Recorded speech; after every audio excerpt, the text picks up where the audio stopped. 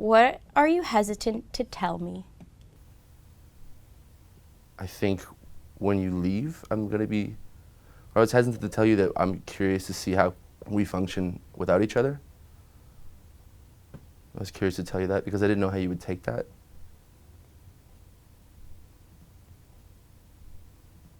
Okay.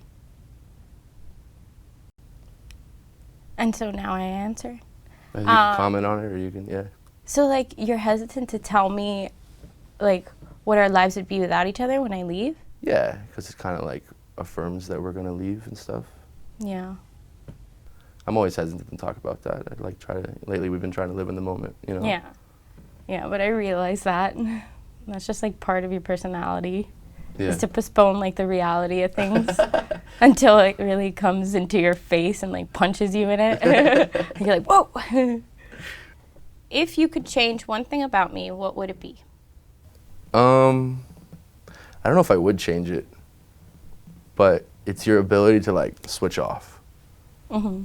But maybe that's a good thing. It's called flat affect.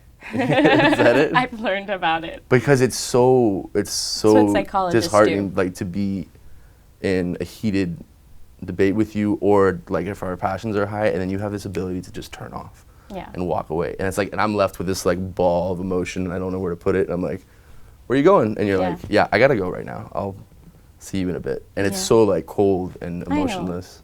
I know, and I'm getting better with that with you. Like, I don't know if I would change that though. That might be a healthy thing. I do it as a self-defense mechanism, you know? Yeah, but you're super good at it.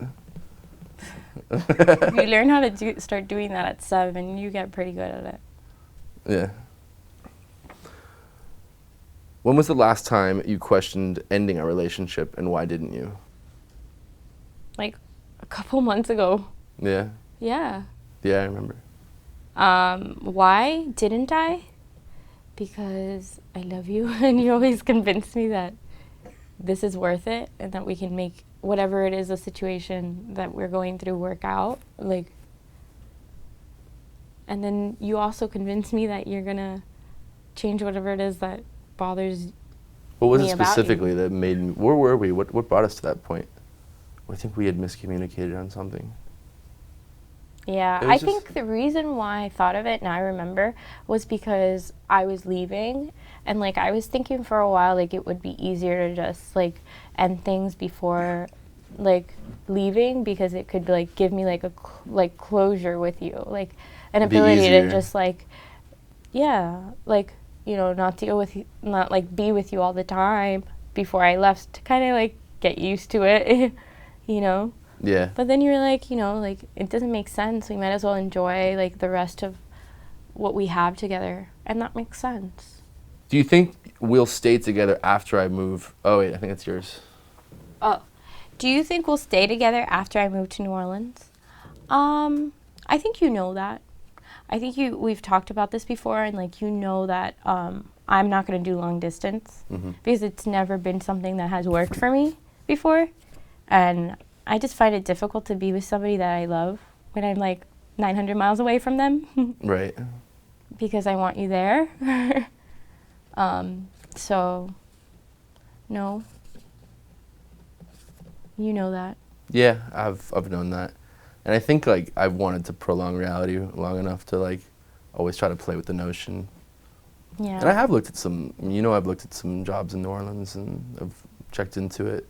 Yeah. And obviously it just wouldn't be like it'd be a super romantic thing to do. Yeah. Right now, but I don't need to be super romantic right now. Exactly. I think I need to grow up a little bit right now.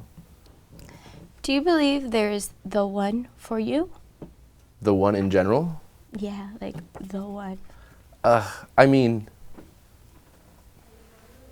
I think you can find love in a lot of places, but I think you can only find certain types of love with certain types of people and a certain one specific person. So maybe, yeah. I mean, I think there is, I don't know. No, not in like the, I don't know, the stereotypical sense of that, I think is the one. And am I it? You're it, yeah. Right now you're it. I have my focus on you. Again, the dynamic's going to be odd when we leave, but I know that I've found something that I want, and I've tried that, you know, and I'd be willing to continue it, and I'd be willing to keep it growing and keep foster it. Foster. I said foster, baby. I guess I don't really understand that idea of the one.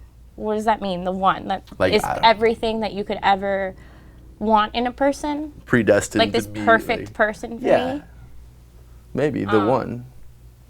I don't know, because I don't know if I could just forever understand, I don't know, being with, I don't know if I understand that, the one.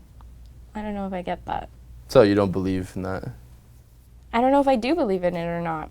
Like, what is the one? I love like so many Disney, people. It's like the and Disney I love, story version. No, I don't think so. Or maybe I don't not. believe in that. Or maybe the one for you. And are you it? I think we need to, like, I think there's a lot that we need to work on, and there's, like, the whole dynamic that I'm leaving and the whole dynamic that, you know, we're separating that makes that not a reality right now.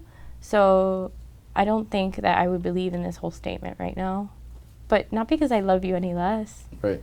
I love you, and I see, sometimes I picture a future together, but is it a reality for us right now? No. Makes sense.